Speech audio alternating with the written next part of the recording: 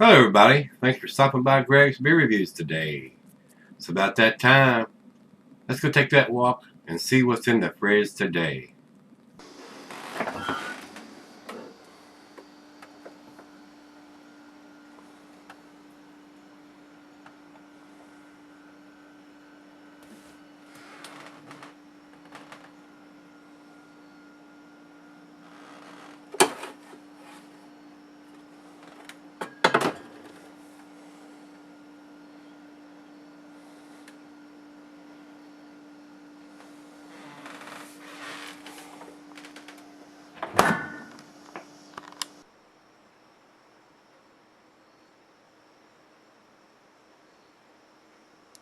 Hello everybody, thanks for stopping by Gregsbeerreviews today. Hopefully this will be a treat. This is Hardywood's Hoplar IPA, and it's actually an 8.5%er, so I would consider this a double IPA or an Imperial IPA.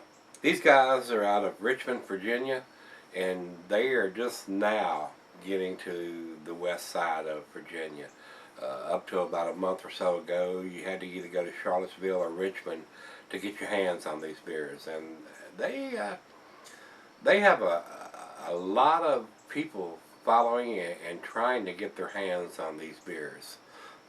I am glad that they're finally coming over on this side of the state, but they are still a little bit pricey, even though they're brewed in Virginia. They're still a little bit on the pricey side. That would be the biggest downfall to their beers, but I mean they're a fairly small brewery, and they've only been in business for a couple of years, I think.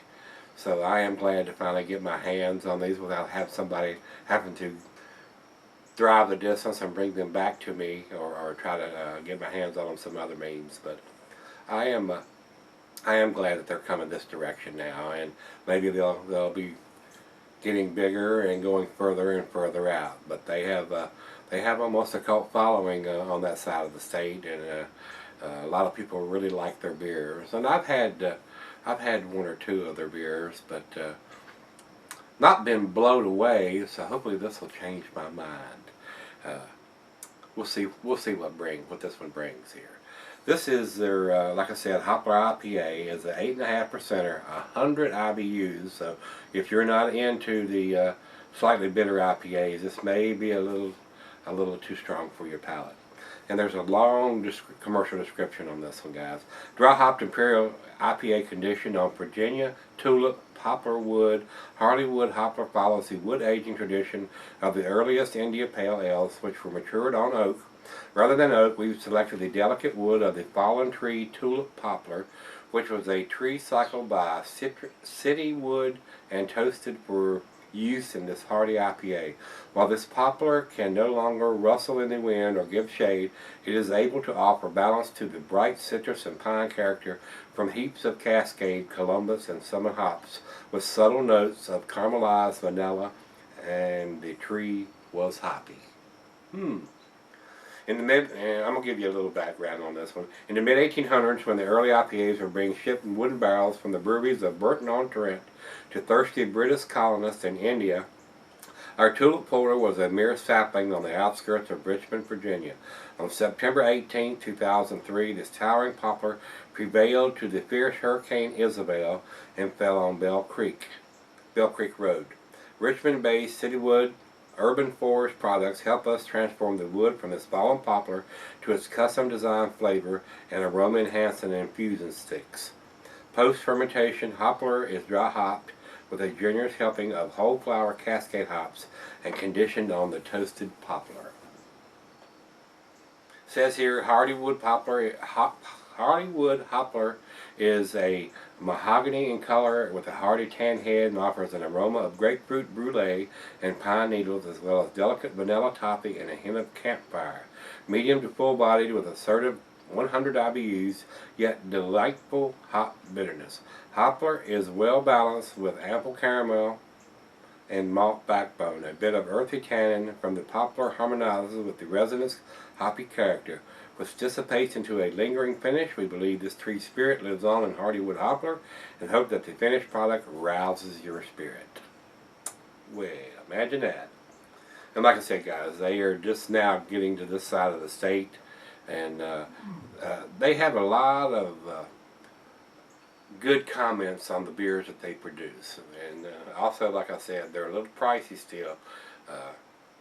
Some of their beers bring a little bit more than what your standard big bottle like this brings. So I'm hoping that this is going to bring something. It says Drink Fresh 2014 release, 8.5% alcohol, 100 IBUs. So it's got everything you need here on the label, other than a date. And there may be a date somewhere on the bottle, but this thing is sweating profusely already. So we'll take another look when I come back. But this is from Hardywood Craft Brewery, Hardywood Park Craft Brewery. And this thing is really sweating. It is wringing wet. So let's get the cap off of this bad boy and get it in the glass. Nice hiss. We got the tube glass here.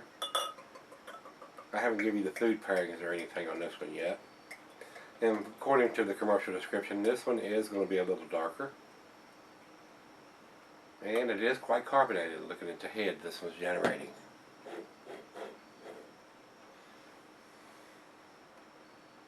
Good three fingers of head on that pour, and it wasn't a super aggressive pour. And it is kind of cloudy. I cannot see the bulb through it. It is a rich amber, almost to the copper color, and it's very cloudy. Very good looking beer.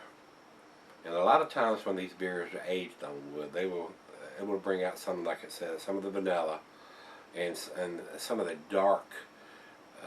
darkness of the wood will transfuse into the beer. So that looks like it's the case in this beer. It really does.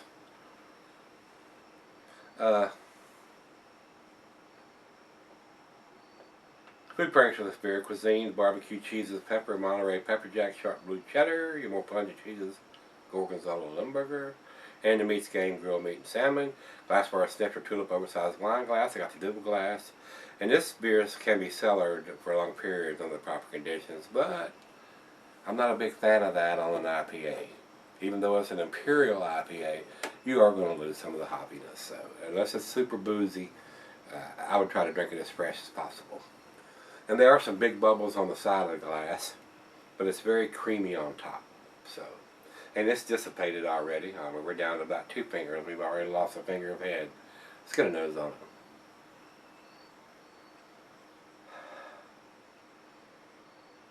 Well, very sweet smelling. You can tell it's a bigger beer, but I'm not getting a strong alcohol presence on the nose. It almost smells like a barley wine. It's got that big ABV smell, but I'm not getting the alcohol. I'm not getting a super strong hop presence either for 100 IBUs.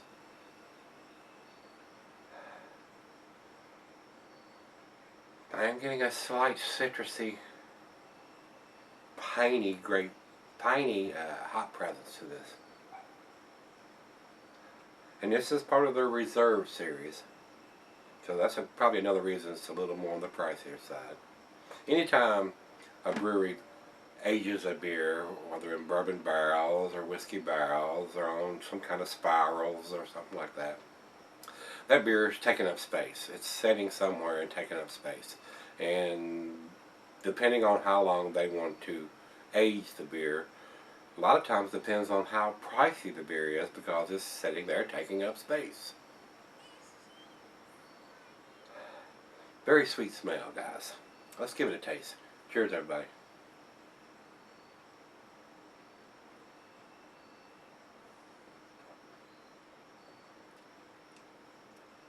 Wow. That's tasty. It really is tasty. A nice bitterness on the back end, but a nice sweetness on the front end. It kind of balances out.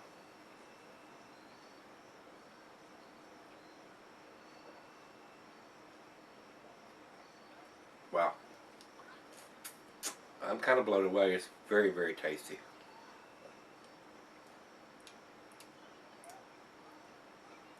but there is a definite bitterness to it. I am getting a hint of vanilla. I'm getting the pine.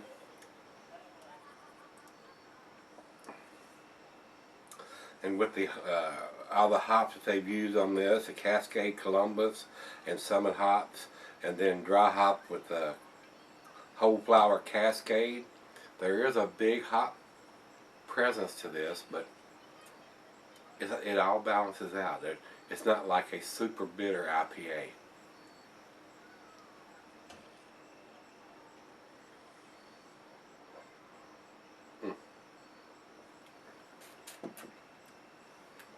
To me, it has a barley wine-ish sweetness to it. But it's right out of the fridge, 40 degrees. It's a big bottle. We'll share some of this, and we'll come back after it warms up a little bit and see where it ends up. I'll be right back. Alright guys, I'm back. Got just a little left here. Look at the lacing this one's left on the glass. All the way down. Pretty tasty.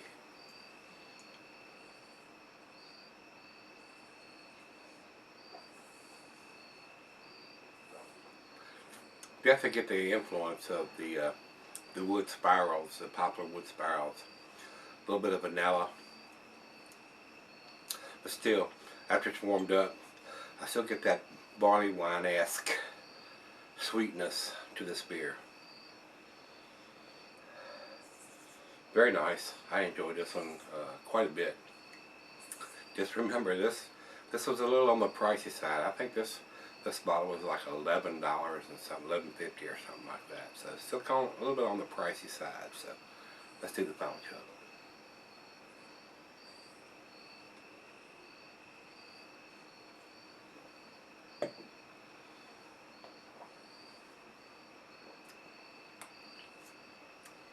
Wow, very nice, guys.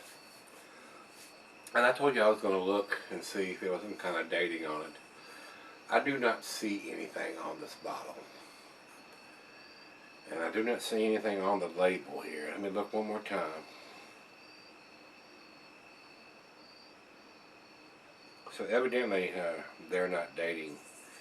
And according to what I've got written here, it's a spring release.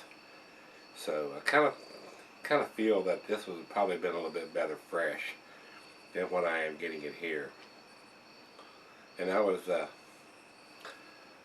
think that they would probably send some fresher bottles to the west side of Virginia for us to sample some of their beers. But here on Rate Beer says this is a spring release and we're into September, so kind of feeling this would probably been a little bit better if we'd had it a couple months ago. But it is what it is. They're just now getting their beers out here to this side of Virginia, so it was tasty, but I got a feeling it would have been just a little bit better if we'd had it just a little bit fresher. So that's where I'm going to leave it, guys. I think this is a great beer. I think, like I said, it would have been a lot better fresh than it is now. And I think they need to put a date on their beer.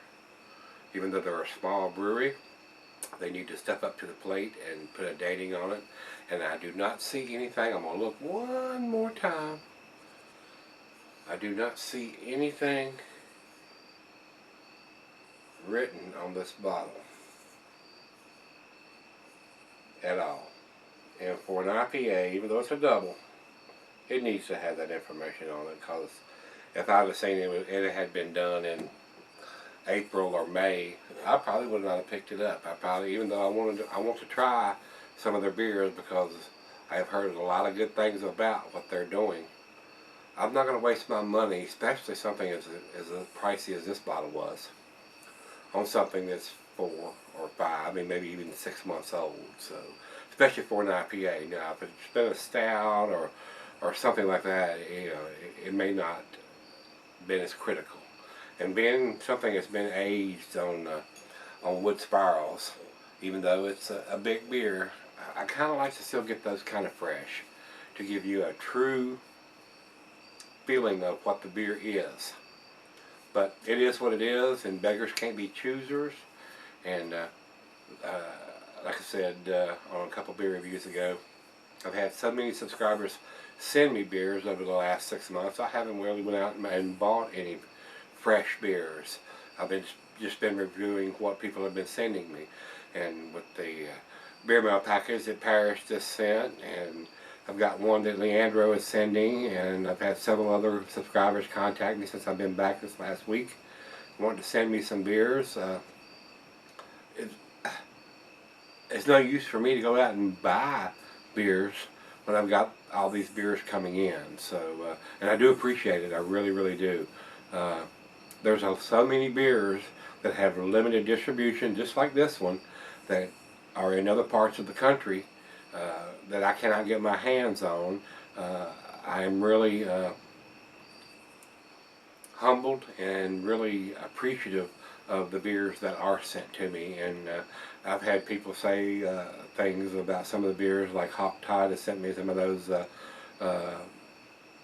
macro lagers, if you will, the typical run-of-the-mill beers that a lot of people can get in certain areas that are typically, I want to say not worthy, but they're just run-of-the-mill average beers. But if you take the time to buy that beer and send it to me, I'm going to review it if I hadn't reviewed it before. But it is what it is in the beer world. Tastes are subjective. What I may love, you may hate, and vice versa. What I may hate, you may love. So that's the way it is in the beer business and the beer world. But all you guys that want to send beers, I do appreciate it, and I will review them. As long as it's not a homebrew, I don't review homebrews because there's no use for me to review a homebrew, because most people can't get your homebrews. If they're not available for sale somewhere, there's no use for me to review it. So that's how I feel about reviewing homebrews. That's why I don't review my own homebrews. I like my homebrews. I think they're very damn tasty. The other half loves them. She drinks them all the time. But it's no use for me to review those because you can't get them. And I don't bottle any of those anymore. I put everything in kegs. So it's really a null issue, if you will. So if you can get some craft beers and I hadn't reviewed them, and you're in different parts of the country or the world, and you'd like for me to review them, just shoot me an email, and we'll get together on how to get them to me, and I will review them and shout you out on the beer mail video and when I review the beer. So with that being said, as far as this beer is concerned, I do think it's a good beer, but I think it's been a little bit better fresh. So I'm going to give this an 8, which is an A-. I do think it's a well-made beer. It's very tasty. It's about the awesome lacing in the glass. It is a time-consuming, labor-intense beer when they put them on wood spirals or age them in some kind of wooden barrels, and it takes up time and space, and that's what makes the beer a little more pricier. So that's how it is in the beer world, guys. So we'll go over to Beer Advocate. Beer Advocate says this is an 89 in a very good range. I agree. It is a very good beer. If I was putting a numeric rating on this, it would probably be somewhere between 90 and 92. And over to Rate Beer. Rate Beer says, well, imagine that. Rate Beer says 92. And 54 in the style. So somebody's not liking the style in this beer. But 92 overall, that's exactly where I would put it. So with that being said, wish this had been a fresher bottle or had a date on it so I know how fresh the beer is. I hate reviewing beers that are old or don't have a date on them, so because we're just guessing. I mean, it's a win-win when they have the date on it and I review that and it's a fresh beer and we can go from there. But when it's no date on it and I'm reviewing it, I don't know if it's fresh or if it's old or whatever. So, something that may be exceptional, 6 months old, it's not quite so exceptional. So that's the main reason. It's a win-win for us and them. I know it's at a pricey expense for them to buy those machines that puts those dates on the bottles, or to actually have a label printed up that has a date on it, because once that beer is done and the labels are on there, and if there's any labels left, they're garbage. So, but still, if you're a brewer and you want somebody to have your beer fresh and you don't have a date on it, and somebody buys your beer and it's 6 months old or older and they don't like it, you think they're going to buy it again? Probably not. I know that's how I feel. So it is one of those expenses. If you're going to get into that beer business, craft beer business, you should plan to have that machine as part of your startup process. So this is how I feel, just my opinion, guys. So the last couple of beer reviews, I've tried to incorporate going to the fridge and picking out the beer that I'm going to review. I hope that's working out for everybody. I've had a lot of people over the last couple of years say I should do that. So let me know what you think about going to the fridge and actually picking out the beer. Before now, I was doing those beer fridge videos when I did the beer runs. So let me know if you want me to continue going to the fridge and actually picking out the beer we're going to review. So until tomorrow, let's go see what's in the fridge. See you then.